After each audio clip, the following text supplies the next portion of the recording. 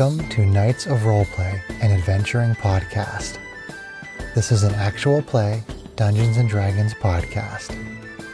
Royalty-free music provided by Kevin MacLeod, Michael Gelfie Studios, Platinum Games, and Tabletop Audio. And now, to adventure.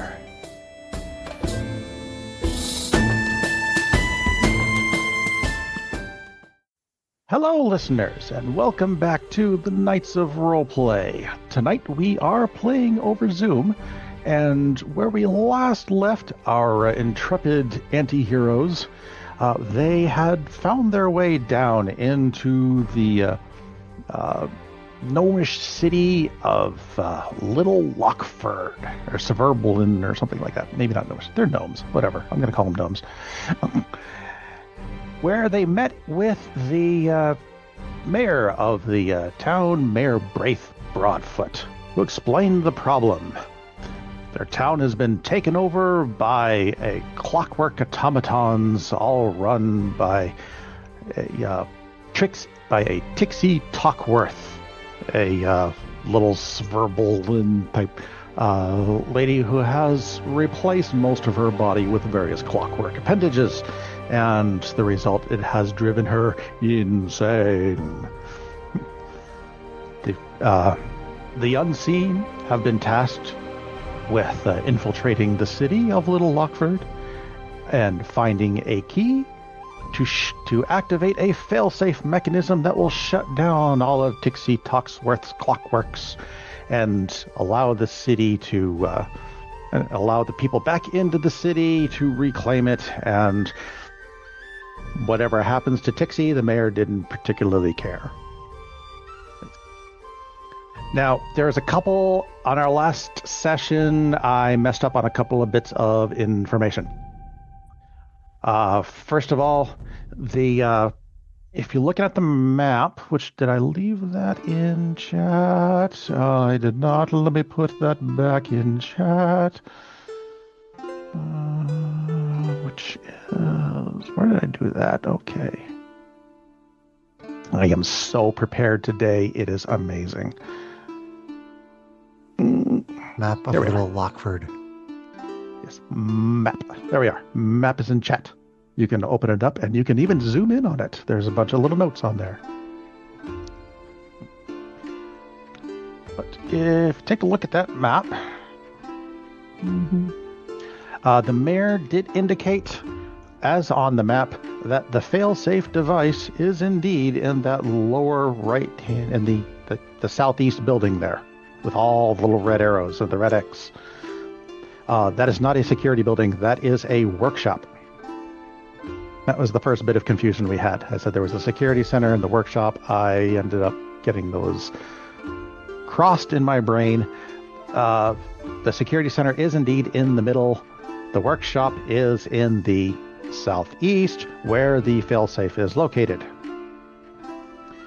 The mayor also does not know where the key is. I was cross-reading things, and yeah, the mayor never said that the key is in the same building. She doesn't know. Okay, so we have no idea where the key to the failsafe device is. You had asked her, so she probably assumes that Tixie has it, but she doesn't really know. Okay, and he doesn't know if did the mayor tell us if Tixie is typically at the security center?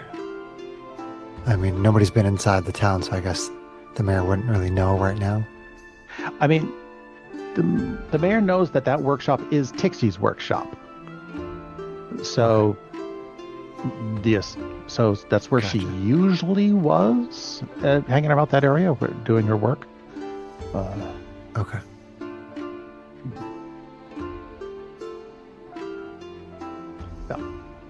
Okay, so with that little embarrassing note out of the way, the party wakes up in the darkness of the cave, and you roll out of your bedrolls, and having had a nice, relatively comfortable snooze, after your fights from the previous day. And yeah.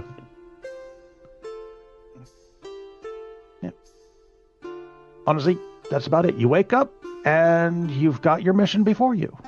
So what would you like to do? How would you like to proceed?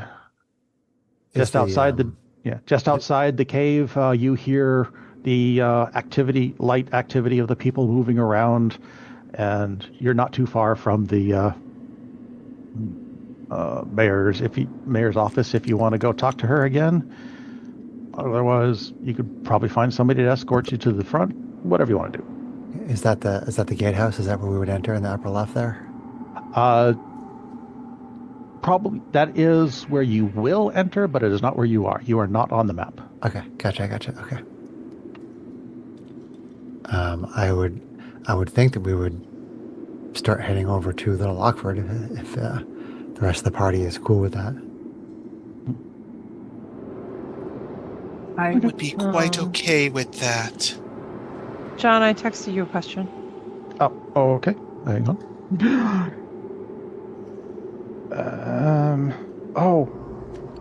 It was a few weeks ago, so I completely forgot about it. That's okay. I consider mine.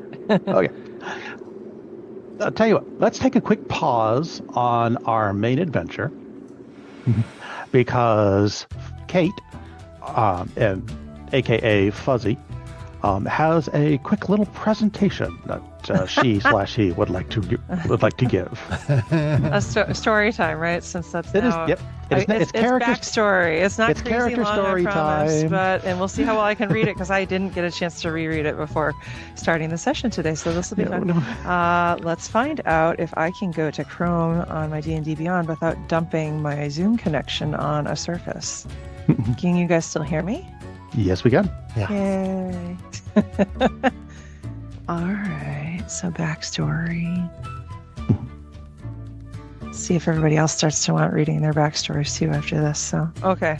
All right, let's see if I can read this without tripping up too many times with my words getting ahead of me and no full coffee on board yet. So, all right, so nobody knew where he came from, but one day it was Bronwyn and Rontik's Kazmik's daughter Elira who found the baby bugbear abandoned between the roots of a giant oak tree near the outskirts of their town. The parents couldn't very well bring themselves to leave the helpless creature there, so home he went with them. Any trepidation they might have felt about their community rejecting one so different from their own was forgotten once the elder gnomes, and pretty much everyone else, oohed and awed over the infant who was already nearly as big as their smallest adults, with his abundant reddish-brown fur and inquisitive face. Immediately, the greatest inventors of their little town set to work arguing over who would design the best oversized bassinet for Bronwyn's family, with automated rocking, music, dancing figures, and lights, and adequate security features all integrated, of course. The baby was well cared for as the gnomish hamlet of Stonewood quickly adapted to welcome him. The granted first moniker of Fergmaw seemed appropriate, but it was Elira's toddler declaration of Fuzzy that actually stuck as a namesake as her adopted little brother rapidly grew up in his unlikely new home. The gnomish enclave was uniquely positioned in Red Province on the outskirts of Shakar. Nestled in the foothills of the nearby mountains, the shallow and open cave system that they called home was also well hidden among heavy old forestation. As such, they were perhaps rock gnomes in name, but had learned to leverage the giant trees around them to their advantage, using them to construct homes and sturdy structures that hugged the walls and even hung from the ceilings and spanned in great bridges and walls across their relatively exposed caves. Oops. They were tinkerers, woodcarvers, carpenters, and skilled craftspeople of all kinds. As Fuzzy grew, so did his eagerness to learn everything he could to better help out around home. His mother was an admirable cook, so with his huge appetite, he learned all that he could to assist her.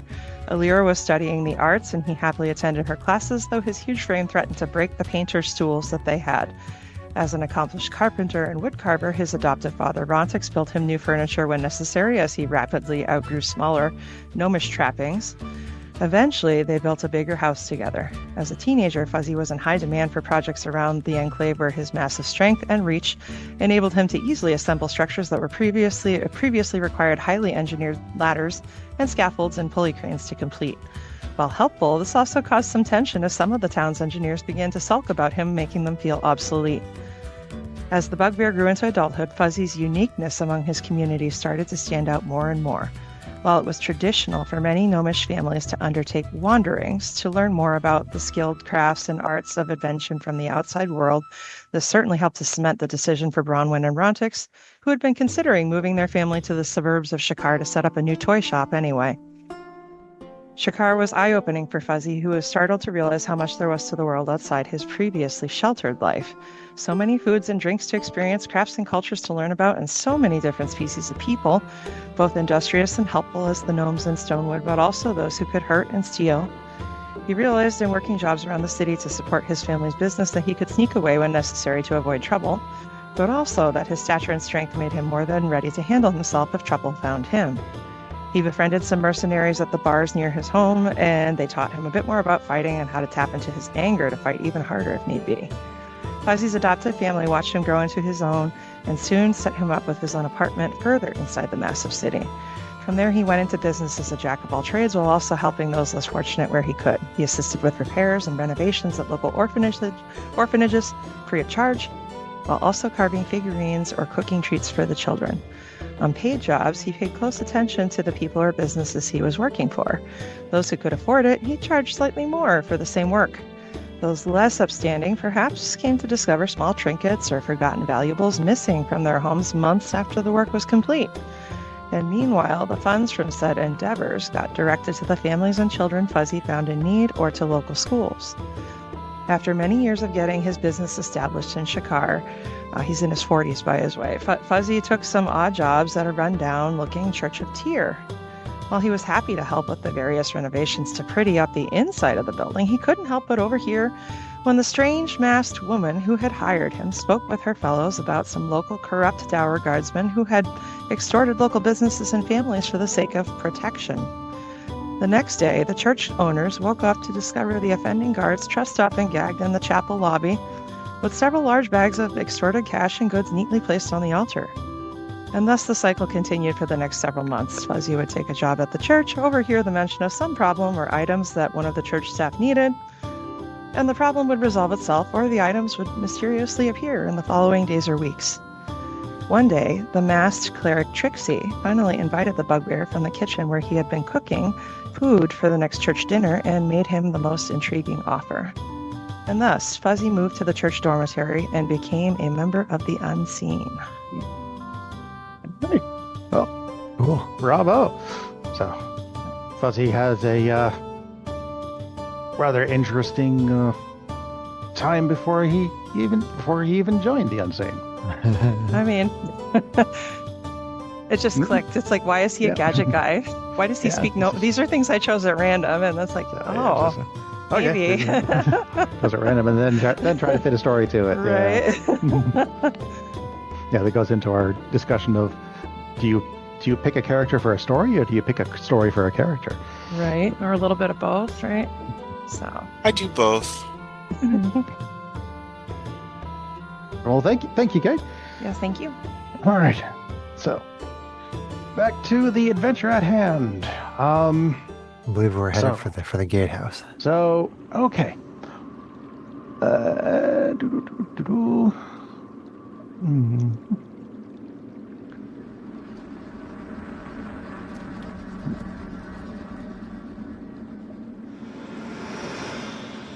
I wish we had our little minis on here so we could see where we are.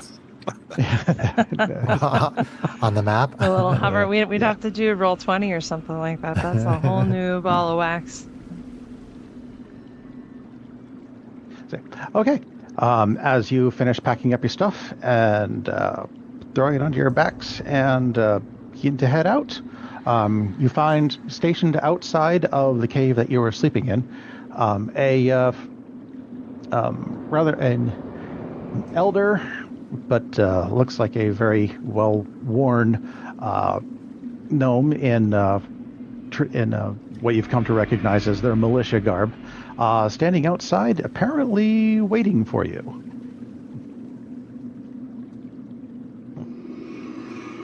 And as when he sees you, he steps up to you and speaks in Gnomish, for those of you that can actually understand it. I understand there's at least one of you that might. Says, so you're heading over to... Are you getting ready to head out? The mayor told me to keep an eye out for you and show you the way to the city entrance once you're ready. Yes, we were gonna go inside and try to help. You can speak Gnomish? Oh no, never mind. Yeah, Fuzzy answers something in Gnomish along the lines of like that was the plan. I'll tell the others, and he turns an incom and tells Trixie, and he was sent to escort us over to the city when we're ready to head out.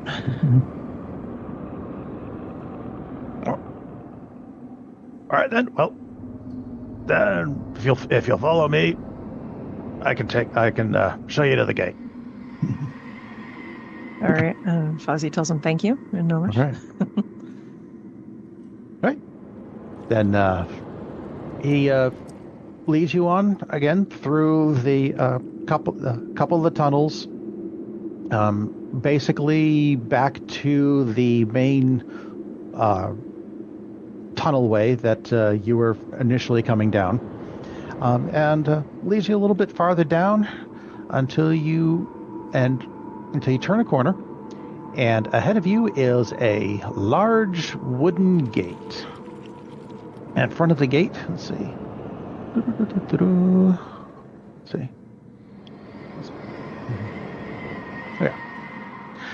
The sergeant leads you to a bulwark hastily erected outside of Little Lockford's impressive gates. The bulwark is defended by weary-looking members of the town militia who salute the sergeant as he limps past them. Standing watch by the gates are two dour gnomes in black robes. On the sergeant's signal, each of these gnomes casts a spell that causes the gates to swing open before you. A wave of heat washes through the bulwark as the gates part, revealing a grim town bathed in hellish light and periodically brightened by flashes of lightning. Scary. I do believe, sister, we are going to hell right now. I feel it.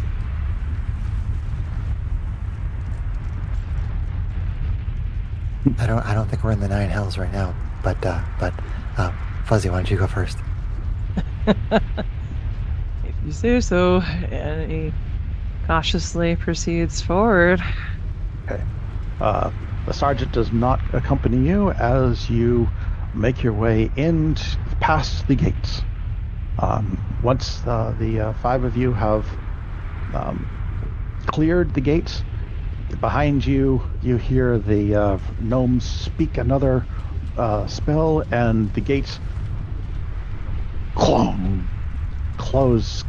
behind you. In front of you, you see a large city that is entirely encompassed inside a huge dome of rock. Looking out, you see that there are 5 very large, almost pillars, coming up from a lake of lava that is the source of the red light that pervades the entire area. A couple of the pillars look like they've been worked flat. A couple of them look like they're a little bit more naturally flat. And in the and between each of these large pillars, there are long metal bridges, some of which are up, some of which are down. You find yourself, at the back of what the little map calls Old Lockford. In front of you, you see various gnomish-sized houses, and off to the side is a little gatehouse.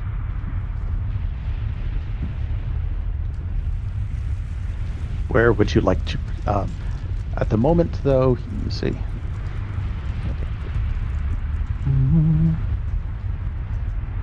Should we go to the? Should we check out the gatehouse? Seems reasonable. We may want to consider whatever we can to make ourselves more quiet so we don't start trouble out the gate, so to speak. Okay. The city's scary, impressive, but scary. Aren't we behind the gatehouse? No, it's just inside the gate, yes. Greg, if you look at it. If you look at the map there. Yeah. We came through the gates and there's a little tiny house. It might be a good initial hiding place to kind of scope things out and see what activity we see while we figure out our plan. Okay. The gatehouse, the door is unlocked to the gatehouse, so you have no problems getting inside. Inside, you see what is apparently a small sleeping quarters and a small, windowed watch area for whichever guards to, talk to people going in and out.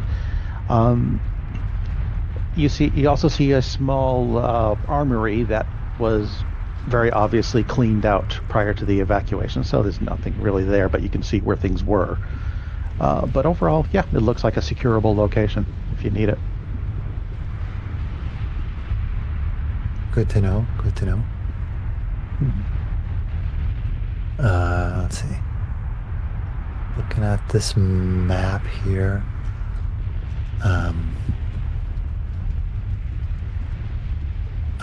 Trent is gonna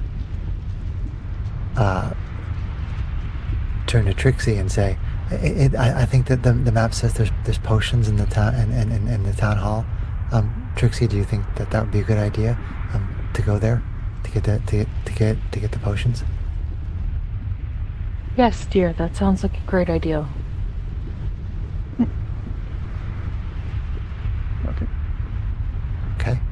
Okay, so you ready to leave the gatehouse? Think so. I mean, as long as we don't see something obvious on the roads outside. Okay. Yeah. You don't see anything as you leave the gatehouse, and you work your way through Old Lockford. As looking around, you do see some signs of combat here and there, some slight damage to the buildings and stuff, but for the most part, the buildings seem to be perfectly fine. Let's see. This may be a weird question, but is the damage look like it's like blunt force, or are there like burns or weird, smoke or like fire damage, or things that are magical versus things that are not magical?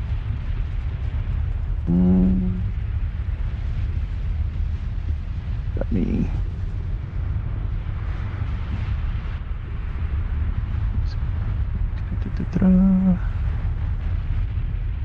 Give me an investigation roll. Investigation. Let's see. Where is that? That's pretty good. Let's see.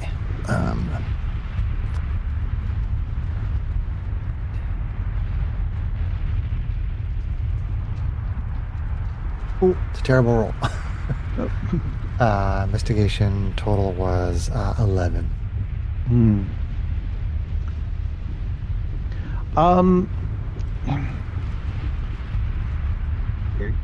It's a bit of a jumble.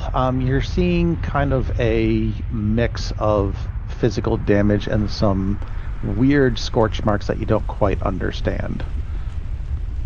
Okay, but it kind of seems like a mix. Yeah. Okay. I was just curious. Mm-hmm. Right. To the town hall. Okay. Town hall. Okay. As you approach the town hall, you spy the bodies of 3 dead gnomes clad in armor.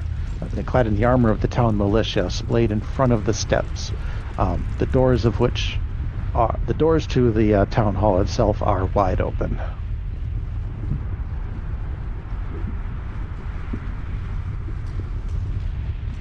Those people are dead. Well, actually, I assume they're dead. I mean, does it appear that they're breathing? Do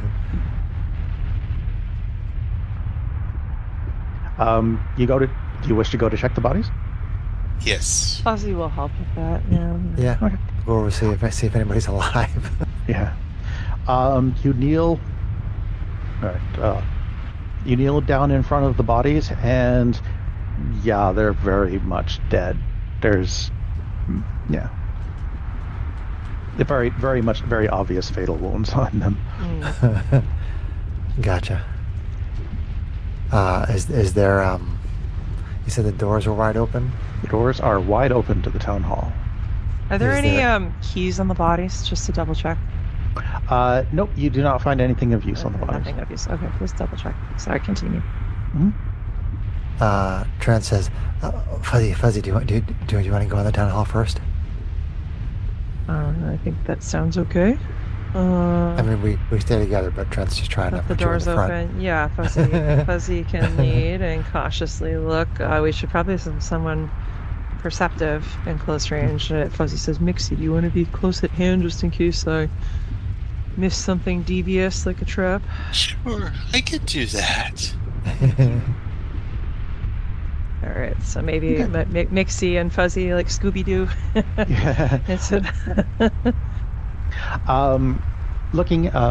Stepping aside the town hall, you find yourself in a rather spacious chamber, obviously designed for large gatherings. And to the back, the doors kind of hanging open, you see the doors to three small offices. Okay. Well, I guess let's check whichever one comes first. You know, again, right. Same cautious. Okay. Peek through, see what's there, look for traps. Okay, we don't need to belabor this one. It's pretty quick. It's pretty obvious which is Mayor Bradfoot's office when you get up there. Looking around, you find her desk, and in the little spot where she said there would be, you do indeed find 4 potions of healing, 2 flasks of alchemist's fire, and something that I replaced. Let's see.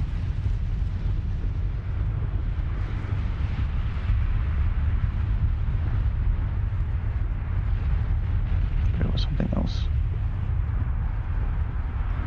Just standard potions of healing, John? Yep, standard potions of healing.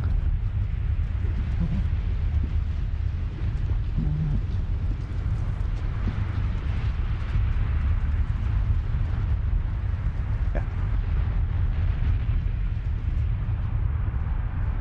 I screwed up and I forgot to tell you what the third one was that I said that she had there.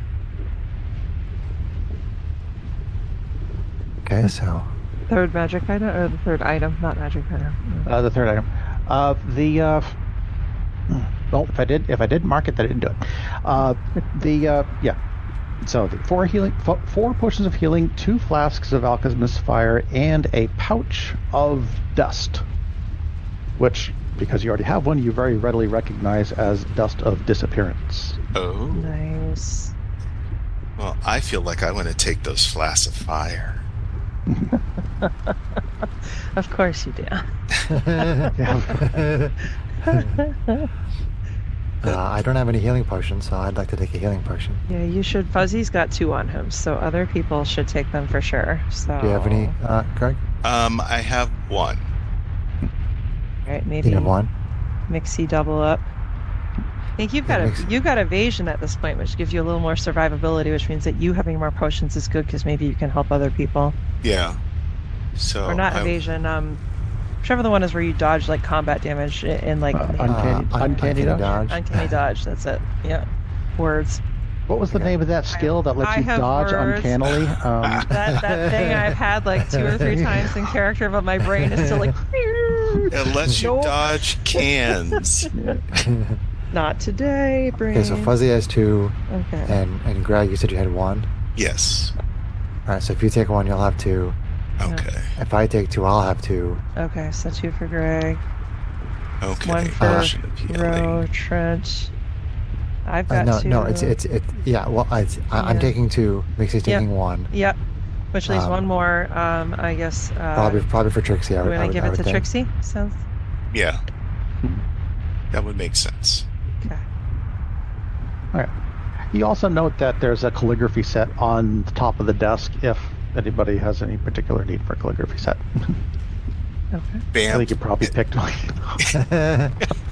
Mixie would snag it anyway. She just because, right? Yeah, just because. She's still dancing around. Yep. True to fashion. She's doing her thing. So calligraphy set. Okay.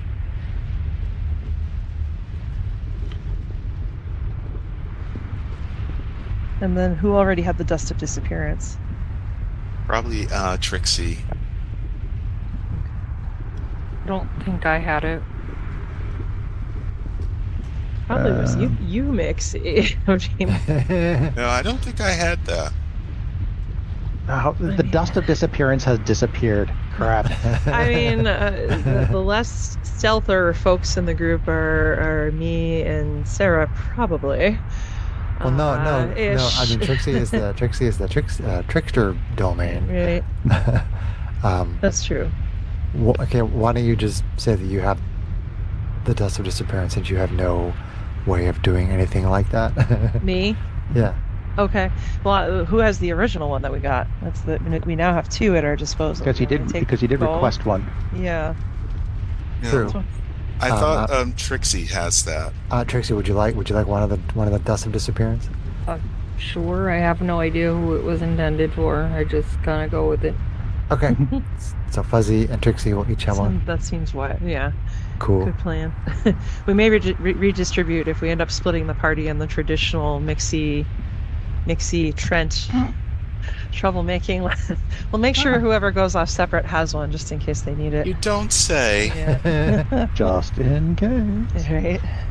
Readdress that when we have to. Don't split the party. We've done that a few times to really cool effect, actually. Yes. Okay. Well, you don't seem to find too much else of interest in the town hall because it's pretty wide open, pretty easy to scope out. Mm-hmm. All right. Are you ready to move on? I think so. Okay. There's a monks barricaded in an abbey that might still be alive. We could try to address that first if that bridge is open. Stepping out of the town hall and looking down the roadways, you can definitely see that the 2 southern bridges are both raised. So that northern bridge is currently the only path you have off this particular island section. Is the if we walk down that road there to the southeast before heading up, can we see on that bridge that's right there, like if it has a mechanism to operate it? If you're looking for the upper bridge from this island, as it were? Yeah, correct. So the lower bridge, I think. Chris was talking about the one that was open just below the one that we're looking at that's closed. Yeah, there's one that goes directly south that has a dotted line. One that goes southeast that has a dotted line. I'm wondering if the one that goes southeast with the dotted line has a mechanism that's easily discernible. Yeah, that's what I meant. That's what I meant by upper bridge, the upper of the crazed ones. But I misunderstood. Sorry. Because I have word problems. Okay. Words. All right. You pick your way through an eerily silent, hot, glowing red town to the edge of the platform. In front of you, the bridge is lifted up high into the air, but you do not see any controls around there to manage the bridge. Okay. Spanning up above you a short ways, you see the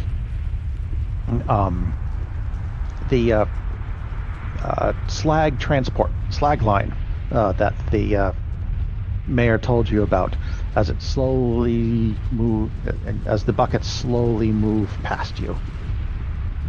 Gotcha.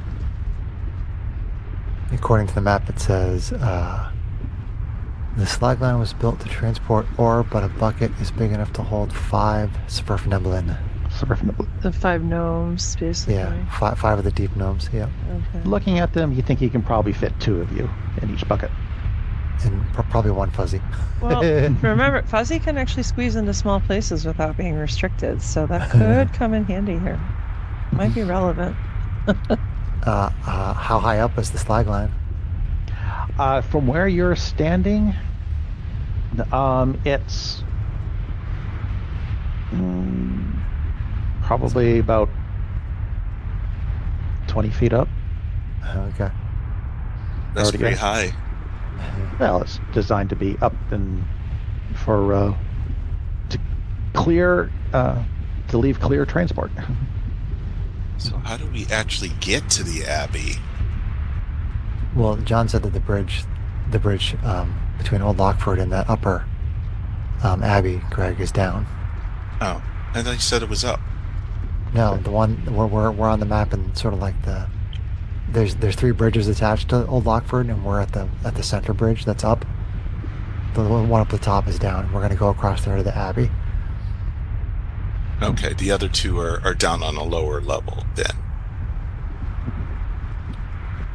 The one on the south and the one on the southeast portion of Old Lockford are up. They're drawbridges and they're up. The one at the very top is a drawbridge that is down, that goes across to the Abbey. Okay. Okay. I mean, I'm Trent is assuming that the same sort of magical spells that were used to open and close the gatehouse probably are used to raise and lower the bridges. Yeah, probably. But anyway, so I guess you can attempt an Arcana check if you want. Yeah. I would like to do that. Sure. Okay. I'm sorry, I zoned for a second. How high were the buckets above us? I'm going to say about 20 feet. Module doesn't really say. Okay. High enough that you can't really get into them from where you are. Okay. Gotta get to probably like corner points where there's like something to climb up. Okay, so Trent / Rose Arcana check was 21. Okay. You look carefully at the bridge where it joins, and for any potential sign of magic that might control the mechanism. And while there is some magical, I guess you can kind of call it residue, the primary movement does not appear to be directly magical in nature. Gotcha. Okay. I'm gonna take 10 minutes and ritual cast detect magic, just to see what that does, if anything. Okay. Yeah. Nope. If everybody's okay with hanging about for about 10 minutes, keeping an eye out. Yep. You finish your casting, and the bridge itself does not appear to be magical in nature. Okay. I'll keep the detect magic up as we walk. It'll last for just 10 minutes. It won't last very long, but as we walk up to the Abbey, I'll keep detect magic up. Okay. Okay. You continue your walk through this eerily silent city until you reach the northern bridge, which, as the map indicated, is indeed down. And you proceed across it with no difficulty. to a little aisle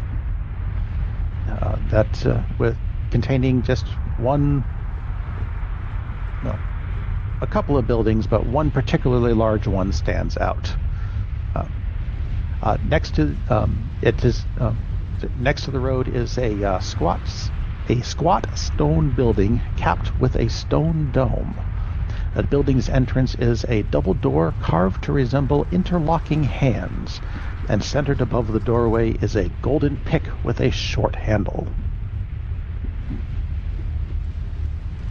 Do I sense the presence of magic? You do not. Not from here. Nope. Okay. It has to be within 30 feet of me. And then I could take a magic action to see a faint aura around it. So I don't actually see the auras unless I take an action. Otherwise, I just sort of feel like there's magic within 30 feet of me. Yeah, but when we're out of combat, I kind of assume it's just kind of part and parcel of what's going on. Yeah, I mean, it's probably just splitting hairs to... Actively looking at everything, right? Yeah, I get. Yeah. Okay, so Trent says, I don't detect any magic on the door. Fuzzy says, I guess we should check it out. Says, Nixie, you want to come along, help me keep an eye for things that seem off? Sure. All right. So I could try these doors. Head over to the door. I think Nixie's a little off. Well, more perceptive than Fuzzy, that's for sure. I tried the doors. Okay. The doors pull open easily and swing to the outside. The hands unclasping as the doors open. Just inside, off to the side in a little alcove, stands a 4-foot tall statue of a gnome with his face and figure hidden underneath a cowled robe. The statue's right hand is held out, displaying stone carved rings on every stubby finger. Straight across from the entrance, you see the main sanctuary, the obvious area where the gnomes would come to worship. Low benches stand in rows facing the middle of the domed chamber. And even from where you're standing, you can tell that the acoustics are beautifully aligned so that anybody standing in the center of the dome can easily be heard throughout the chamber. This is inside the main sanctuary. Okay. Is the statue with the rings radiating magic? It is not. Okay. Mixie decides to say, "Is there anyone here?" Echo. Give me a perception check. Okay. Roll. Use that expertise. Perception. It's a terrible roll. It's like 6. Okay. Yeah, but your plus is like what? On perception. It's on stealth or sleight of hand. My perception's only +1. So I'm somewhat smart. Okay, so let's see. What's your passive? I was just going to look up. Is 11. Oh, really? Yes. That's funny. Fuzzy's passive is actually 12. My perception's +5, kid. Jeez. So apparently you're the worst. Here I assume Mixie was. Ro, as when Mixie calls out, you think you hear the clink of metal coming from the back dark corner of the domed room. Something clinked over there. Fuzzy looks over there and Gnomish says, "We're here to help. We don't want to hurt you."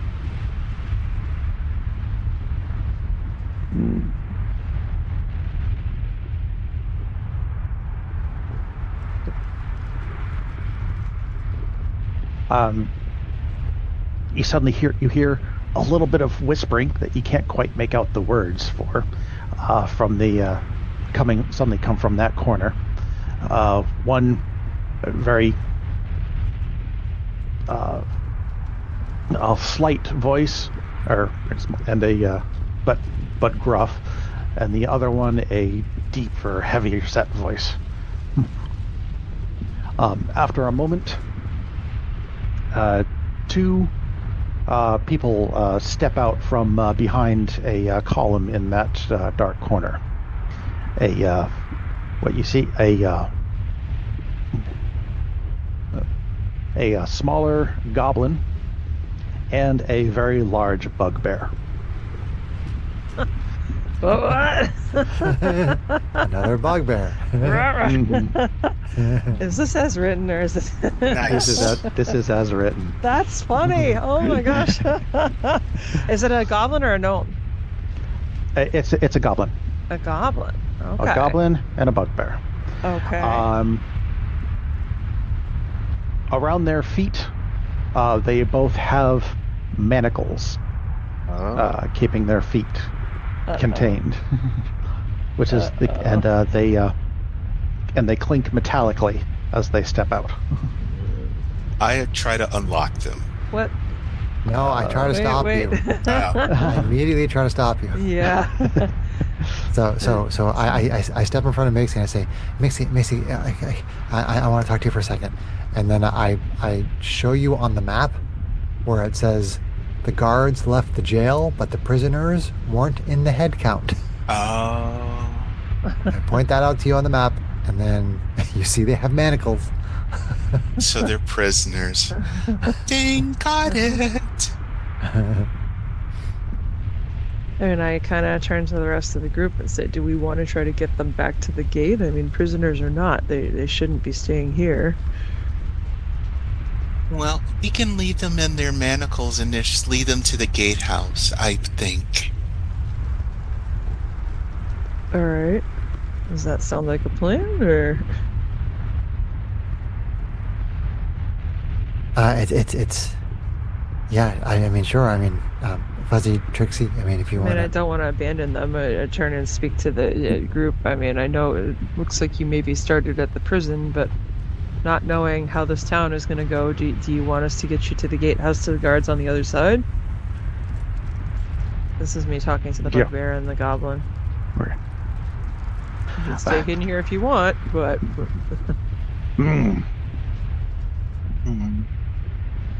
The goblin just kind of looks over you for a moment. I don't know. Do you actually think that you can actually contend with all those mechanical monstrosities that are out there? I think I can smash a whole bunch of things if I have to, but we haven't actually seen any of them yet. What do you know about what's going on here? Well, since you asked. This is a southern goblin. No, I don't. This is me just trying to be. I don't know what. I'm a dwarf, but I'm a dwarf. No, not a dwarf. I'm a goblin. No. I would just talk in your language, your normal voice.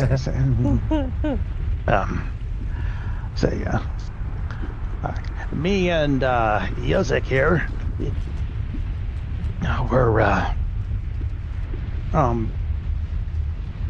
We're guests of the local militia. Undeserved, I assure you.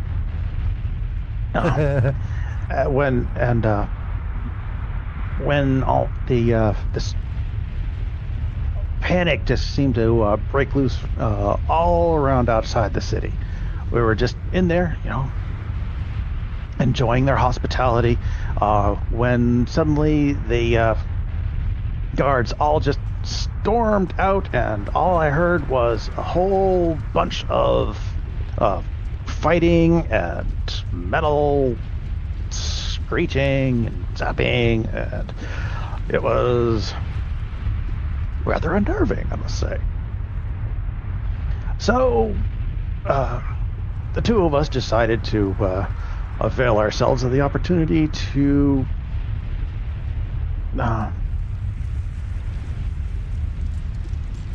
exit the situation as discreetly as possible. We managed to make it all the way here through all this, through all the bedlam, and have been kind of lying low since. What do you know about the drawbridges and how they operate? The drawbridges were never my problem.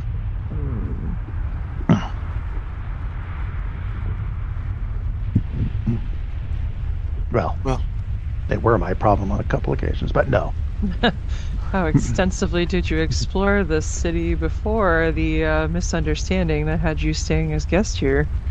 Oh, not very much. They kind of brought me straight over here, straight over to their guest house.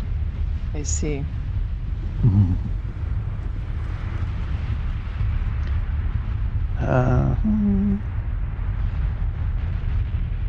Perhaps we can return you to the gatehouse.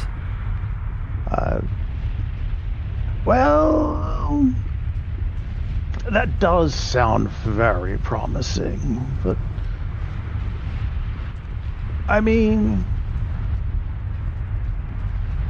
I suppose that is better than staying here, but I would, our hosts, though, however, tend to be very adamant on entertaining their guests. Ro, as you step into the chamber, you feel a magical aura coming from the back wall. A quick focus on it shows a bit of transmutation magic. Okay. Transmutation. Transforms creatures or objects. Like a fake wall or something like that? Could be. That would be illusion, right? That's usually... do I see like a large aura if I focus on it, or like a small aura? Or can I discern any kind of a shape? It's...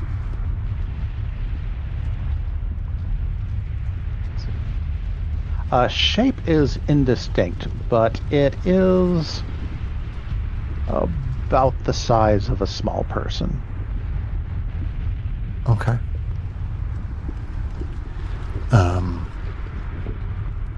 I'm just going to kind of look off in that direction and kind of poke at Mixie, and just to get Mixie's attention. And I'm going to turn and just look in that direction and say, "Hello, is anyone there?"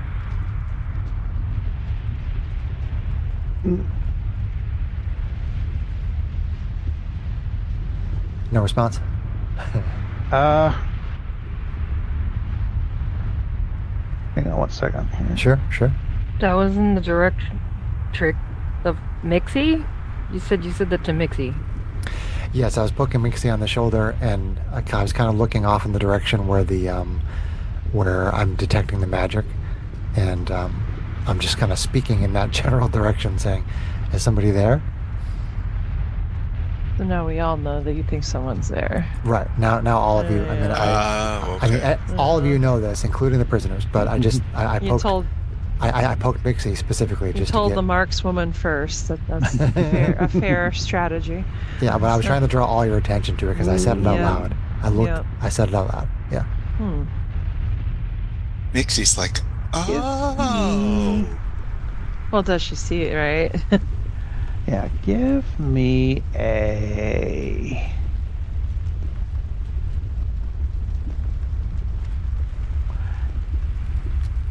Give me a straight charisma roll. Okay, just like a charisma check? Okay. Okay. Let's see. Because you're not really trying to put any skill into this. It's just kind of a, how are you presenting yourself? Yeah, I'm just seeing if somebody will respond right now. I'm not like persuading or doing anything like that. 9. There is no response. Okay. Then Trent will try to be more specific, and Trent will say, "We are just here to try to help the town. Mayor Braith wants to get the town back, and we're here to help. You don't have to hide from us. It's okay if you want to come out. We don't have any intention of hurting you." Okay, that is a persuasion. So I'll try a persuasion check. Yeah, that is a persuasion roll. For those confused as to why I'm doing 2 rolls on this one, the first was more passive, and this one is more active. Yeah. So this is Ro, Trent using their skills in situations. Yeah. Ugh, even worse. Oh, no. I don't think technically there's a passive persuade roll that could be figured out, but You don't have inspiration, do you? I do, and I think I will use it. Okay. Try this again. Come on, persuasion. Oh, that's better. Let's see, persuasion. Is this the core dice? No, it's a bunch of my little tiny itty bitty dice. Your micro dice, yeah. Yeah, the micro dice. Persuasion is 18. 18. Okay. Versus. Thanks for the reminder on the inspiration, Kate. I gotta mark that off as used. Yeah.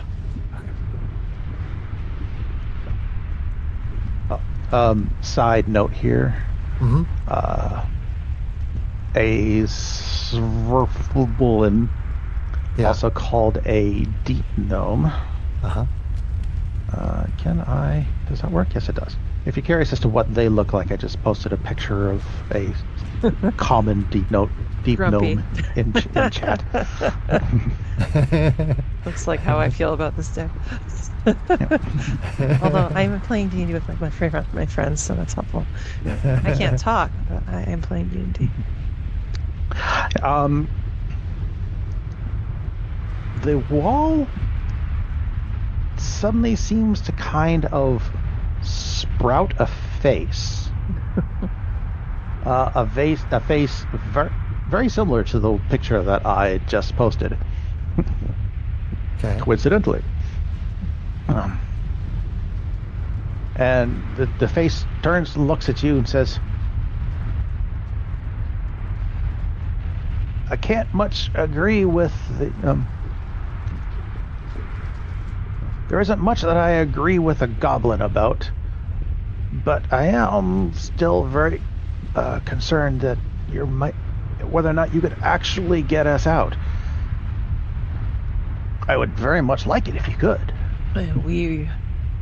You one of the monastery? We came across the bridge from the gatehouse with no incidents so far. We haven't seen anyone yet. Do you know if there's a patrol route? Do these creatures that we've been warned about come around on a regular schedule?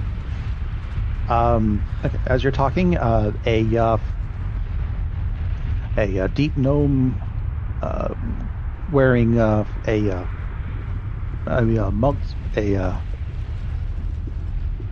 cleric's habit steps out from the rock of the wall into the room. He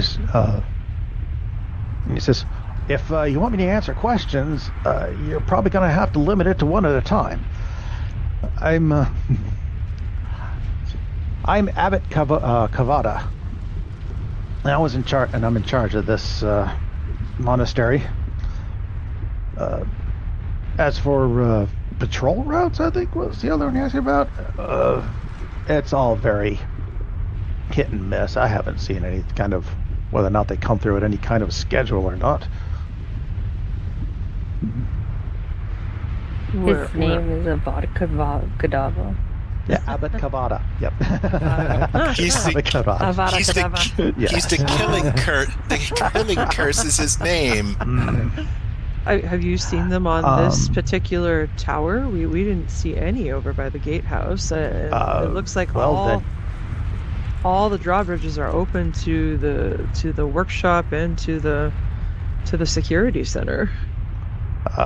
Well, that's probably, I think that's standard security procedure when things start, when there's an emergency in the city, is to try to contain the emergency as much as possible.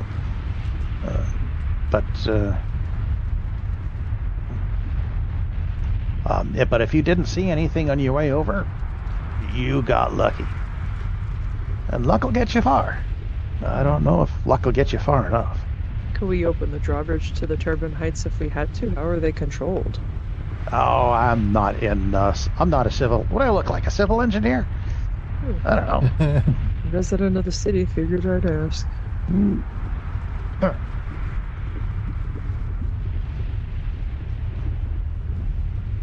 But if you think you can get us out and you're willing to try, well, me anyway. I don't care about these two. He kind of side eyes the gnome and the bugbear. Kind of side eyes you too a little bit, Kate, Fuzzy. Is it just you three here, or is there more of you? I am the only member of the monastery who's left. I at the very least managed to make sure that everybody else could started to evacuate. I didn't make it in time. Fuzzy turns to the others and says, what do we think? Do we want to try to get them out now, or do we want to have everybody stay hidden until we sort out the problem, however that is? I think we should get all the survivors out. At least that way we won't have to worry about anyone being harmed, whether they're good or bad. It's not that far back to the gatehouse. You say that, but then he looks again over at the goblin. I don't know if I think that if I can... I don't know if I trust these two enough to actually... Well, to not stab us in the back on the way over. So we'll keep them in front. They were guests for a reason. What was the reason? The gnome pops up. No reason at all, I swear. Goblin. It was just the goblin. We were just we're just normal high-risk entrepreneurs.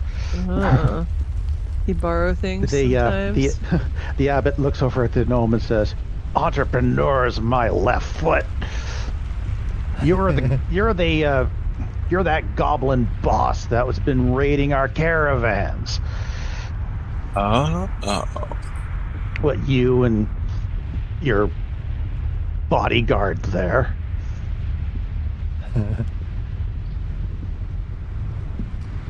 Well, if they don't comply, we can always push them off the edge of the pillars here. Make an intimidation roll, Mixie. Critical. Because she's crazy. Yes. The bugbear, he has like just kind of looks a little concerned for a moment. And the goblin, whose name you have not yet learned, just kind of says, "Well, now. There's no need to be hasty for any of this. We can." That was a 25 roll, by the way. Yes. I mean, we're all civilized people here. We can all get along long enough to at least get out of this. Yes. The way I see it, you can leave as guests, or you can stay here and take your chances with the other guardians of this place. Mm-hmm. Trixie, what do you think of this plan? Should we get them out as quick as possible and get back to the job at hand? I think if they don't want to offer any kind of information, they have two legs and could get themselves out if they really wanted to. I take my knife out and start cleaning it. Well, we could at least Where are we going to go next? We could at least guide them to the bridge and then move on to, I don't know if we're going to go over to Turbine Heights. There's not many places we can go if we can't operate the bridges. Yeah, I mean, they know that we just came from Old Lockport, that we just came across the bridge. And we told them we didn't see anybody there. So if they want to go there on their own. The abbot says, all right, I do have, and he reaches into his robes and pulls out a potion and said, this is about all I was able to salvage. Most of our other monastery equipment went with the evacuees. But if you can get me out, I can let you have this potion. If you're willing to escort me out. This is the abbot? Yes. But if you can get me to the gates, then I can get out from there. What is that? What is that potion? It's a this here is it's a potion of giant strength. Something that I think you might find useful. That's always fun. You think that's worth an escort there, Trixie? I was hoping for something more along the ways of information, but that does seem like a relatively fair trade. Let us see a little bit more. If we have to fight some things on the way out, at least we'll learn more of the lay of the land, right? So I guess we'll escort him and with the prisoners in front. Prisoners in front. After you. Out in the middle. Okay. All right. Then herding the two prisoners glumly in front of you, and the abbot taking up the middle, you step out of the abbey. No, in the box. Okay. Okay. So, just as you step out of the door, you find yourself face to face with a small little floating orb with a little propeller on the top, keeping it suspended. That has what look like little eyes around the outside. It starts to pass in front, and then it just kind of stops and hovers there for a moment. The abbot behind you says, "Kill that before it brings reinforcements." Wow. And now we enter initiative. Okay. Let's see my encounters. Let's see.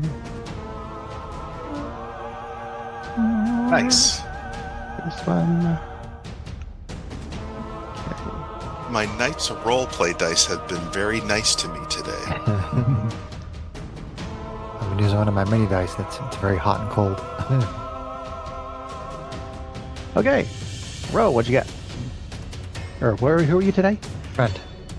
Trent, what do you get? Trent is going on 6. 6. Fuzzy. 18. 18, a little better. Trixie?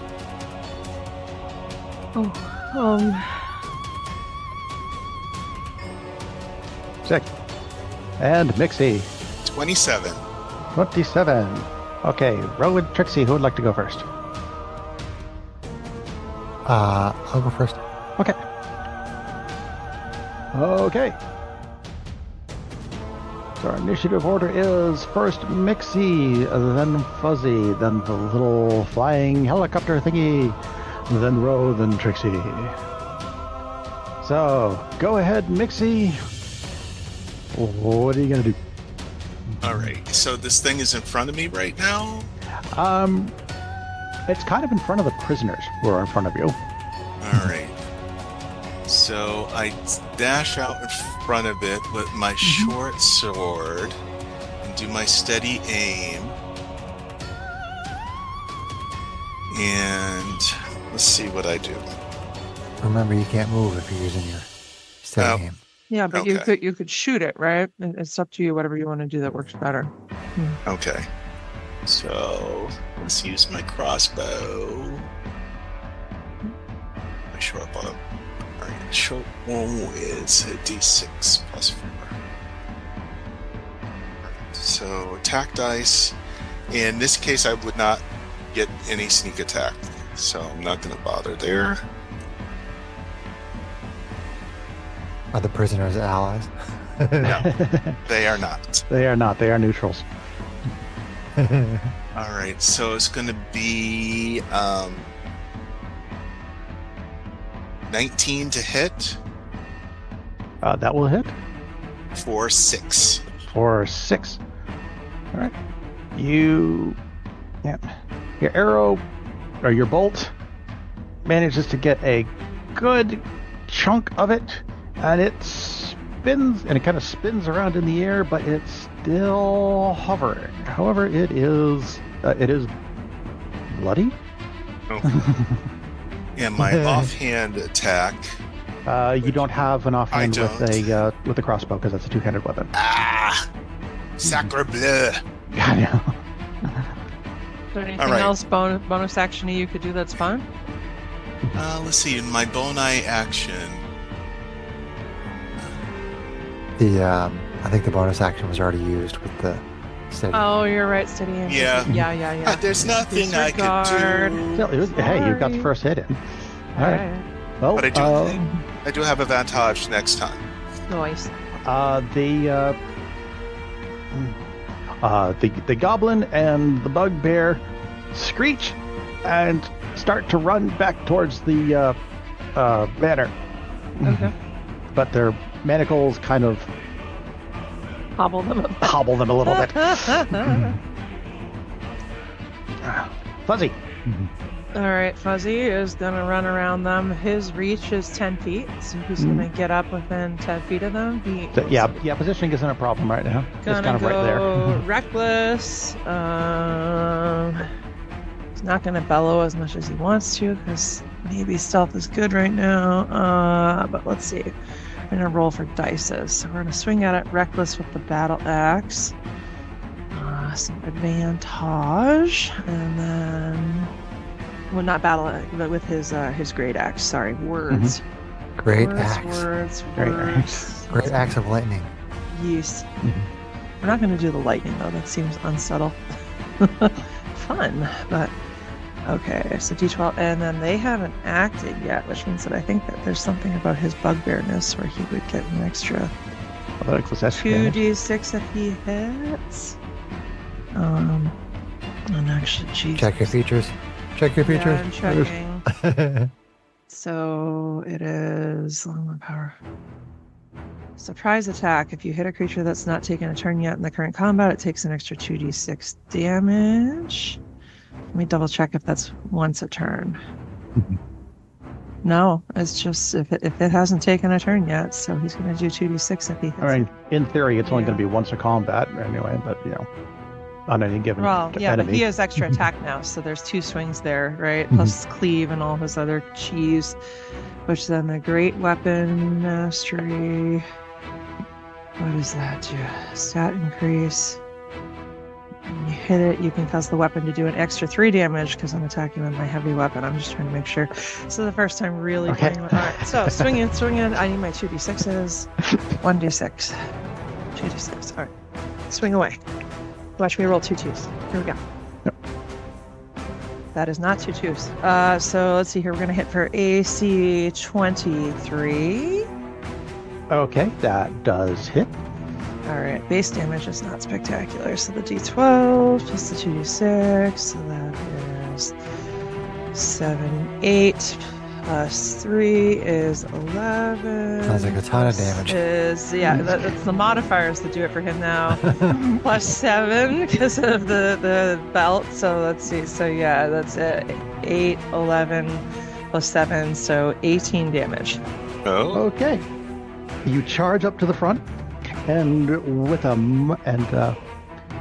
you shatter the air with the force of your mighty swing.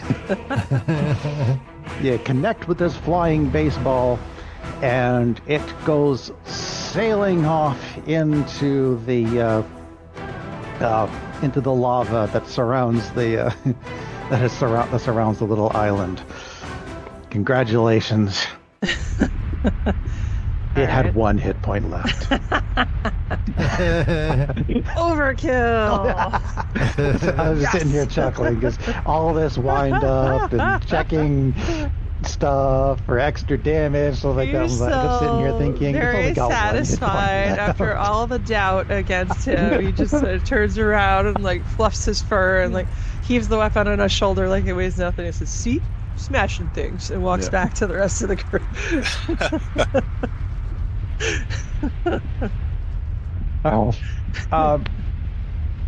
The abbey, or the abbot. Is it an abbot? Is he an abbot? He might be an abbot. You said he was an abbot. Yes. Abbot. That's right, abbot. Yep. Hey, Abbott. No, this isn't Abbot Costello. Or Downton Abbott. It is not Downton Abbot. Abbot Cavada. Oh. Says, see, I knew this was going to happen. As soon as I step out of here, you had to go and immediately bump right into one of his observers. He knows we're here now.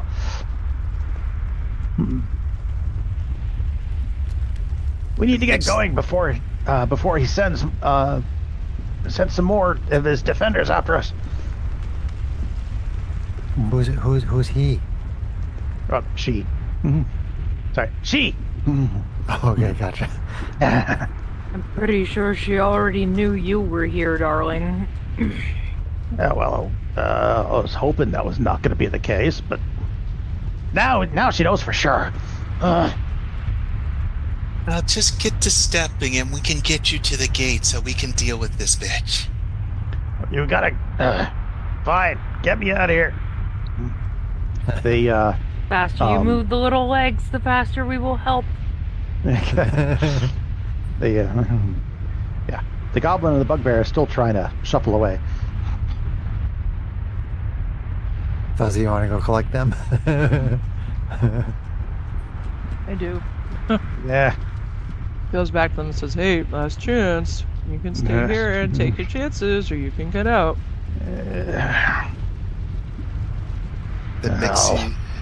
Apparently, if what the abbot says is true. All right, let's go. All right. You do manage to collect your guests. The manacles still can kind of slow your pace, but you shuffle your way back on into old Lockford.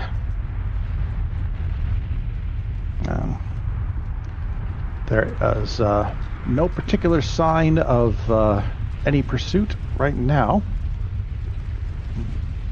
So, lucky rolling the dice. Cool.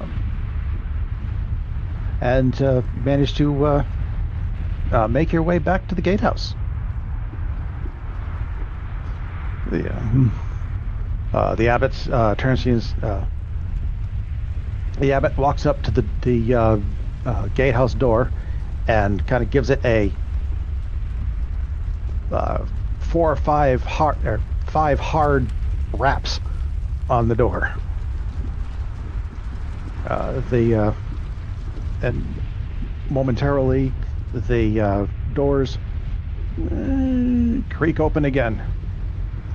And on the other side, you see the sergeant and the militia still manning their posts. The abbot turns to Fuzzy and says, "All right, it was a little scary there, but I guess you made it. Here." And he passes the potion on to you. Thank you. Told you we could do it. On the other side, the sergeant is a little surprised at seeing the other 2 prisoners But he quickly calls over some of the militia to take them off your hands. He says he also turns to Fuzzy and says, "Well, not exactly expected, but hey, I'll take it. How's it going in there?" Minimal trouble so far. We fought some little flying ball. Does Road speak Gnomish? Oh, sorry, I keep forgetting they're speaking in Gnomish. Fuzzy hears him try to say that and then nods his head and then translates into English. We fought something that looked like maybe some kind of a little surveillance drone or something. Had a bunch of eyes. Knocked it out of the sky pretty quick. Not sure if it was quick enough, but... Oh yeah, our Clockwork observers. I'm not surprised that you managed to come across one, but do be careful. Anything that the observers see, Tixie sees. So you're probably going to need to be on your guard at this, even more so at this point. All right, thank you for the info. All right, I'll get back to it. Earn your pay. Will do. Okay. A nice little introduction to the city. Quick little side quest. Get yourself a potion of hill giant strength. Oh.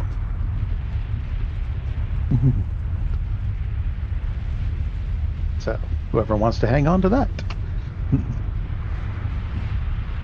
I mean, cool. A certain bugbear already has a belt that takes care of that, but hey. I mean, Bugbear's strength is already 21, so the question would be who else in the group might benefit from that in the right scenario. I would laugh a little bit if it's like super strong Trent, little skinny scared teenager, right? Or mega strong Trixie or Mixie, right? I think it'll be more useful for someone not him. My strength is -1. I think you attack with Dex anyway, Greg. Yeah. I'm guessing Trixie's the best person to be jacked up with the passes strength. the potion over to Trixie. Probably give it to the cleric. Yes, always. Yeah. Cleric of smashing. Then you turn So then you turn back and head back into the town, and once again the doors close behind you with a thud. Okay, and that is where we're going to call it for today. So, second session of Tockworth's Clockworks. One of these days I'll be able to say that without biting my tongue. What do you think of the city itself? Stars and wishes. Let's start at the upper left of my screen and just go around in a circle. So, Kate. I mean, I'm still very much enjoying the flavor of the city and the environment, especially in light of like Fuzzy's backstory that came to me. So I like that. Big star for that. Let's see here. Big star for our group taking the first steps and not getting into too much trouble at the bat. Yay. Big star for rescuing people. That's always nice. Nice to have that side quest out of the way, right? Not knocked out early on, rather than dealing with it if there's more chaos going on later. And then wishes, just that we continue to be stealthy enough and or smashy enough, and figure out what we need to do to get to. I'm guessing we may need to get to the island in the center, and that's going to be an interesting challenge because even the buckets don't seem to go there. And Fuzzy may not be aware of this, but Meta-Kate knows that lava can wreck your day. So here's hoping for no lava baths. I think your characters probably know that lava can wreck your day. I mean, lava's probably bad, but in game, it's funny because in game it's like fireball's bad, right? But like lava is like magnitudes. We've seen it on Critical Role where it's like, oh no. Makes sense. So yeah, that's it for me. Greg. I think so. Stars are us getting into the city and my spectacular intimidation roll that I was able to do to scare those dudes. So I enjoy that a lot. My menace factor is very high, which is +1. And that's one more than somebody who has +0. And I say wishes that we could figure out how to get the planks to work. Although I can't jump 30 feet, so I can do that. 30 feet. Actually, that's a good question. You have the ring How of jumping, big are- right? Yes. How big are those openings, right? Like, And your intimidation's a plus bit. 5, Greg. A bit. I said your intimidation's plus 5. Go ahead. Yes. Yeah, those openings are a bit more than 30 feet. That's So- a Oh, lot to get to them is more than I can jump.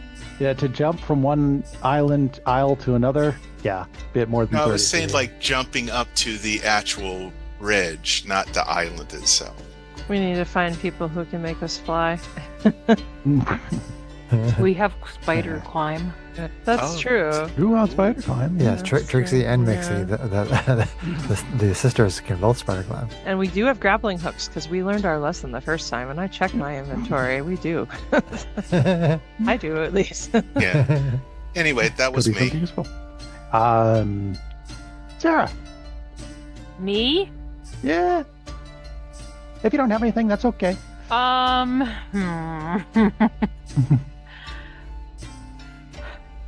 Stars, Kate's introduction to Fuzzy's backstory.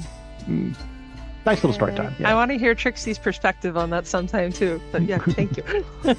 Yeah. Post that story on our Discord, and so people can read over it. I think Sure. it'd be cool. Yeah. I'll I do that. mean, the only thing I can say in the meantime is, oh yeah, he totally just happened to overhear things from the strange masked lady. Yeah. He thinks he's very proud. He thinks he did. But yes, I realize there's behind the scenes. Oh, Trixie knows Quote a lot more unquote than I overhear. than I thought she does. About everything. Wishes, hopefully I'm not as tired and out of it next game. That's all. That happens. We love you. Biology sucks sometimes. Mm. We all have to deal with it. Hmm. Chris, what do you think? I We like finally got the- into the city and found your lava. Yeah. I think Magma. I think the setting is very cool. I like the image in my brain of us moving through the gates and being in this glowing area with lava all down below. It's a very striking image in my mind. I think it's really cool. I think that's a big star for the way the adventure is written, and star for being able to see Mixie be very intimidating and Fuzzy doing 18 points of damage when only 1 was needed. Overkill. But we had to get all 18 points. Let me use my stuff, okay? I guess another star is I always like using the tech magic. If I ritual cast detect magic and I walk around with that going, that's always a fun thing to use as somebody who's playing a wizard. That was cool. Yeah. And I was a little on the fence as to how long that 10 minutes was going to last here, but I figured it'd last long enough for that. yeah, I mean, just until we got to the Yeah. Abbey would be perfectly acceptable. And wishes. I don't know that I have any particular right now. I mean, the whole setup of the adventure is very fun and very interesting, and I think that it's going to be a lot of fun. So I'm looking forward to it. Okay. My stars and wishes.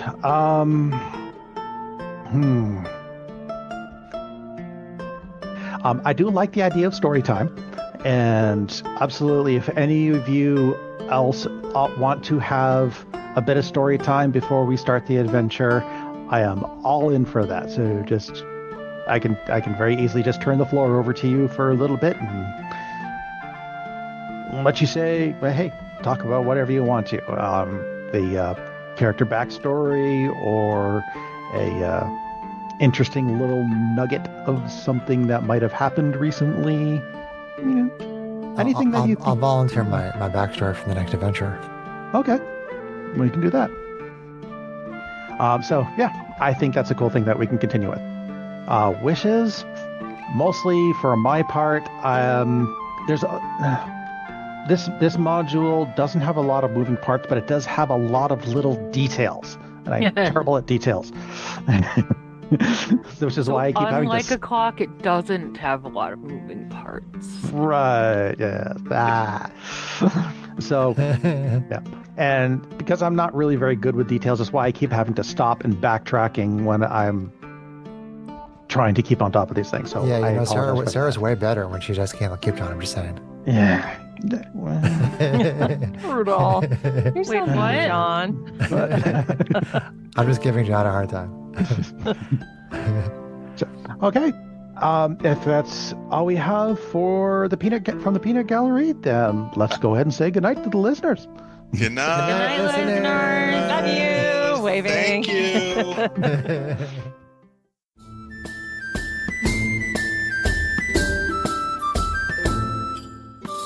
If you enjoyed this podcast, please leave us a review anywhere this podcast can be found. Our social media links, plus additional content, can be found on our website at knightsofroleplay.com. Please tell your friends about Knights of Roleplay and spread the word through social media. Your help and support are greatly appreciated.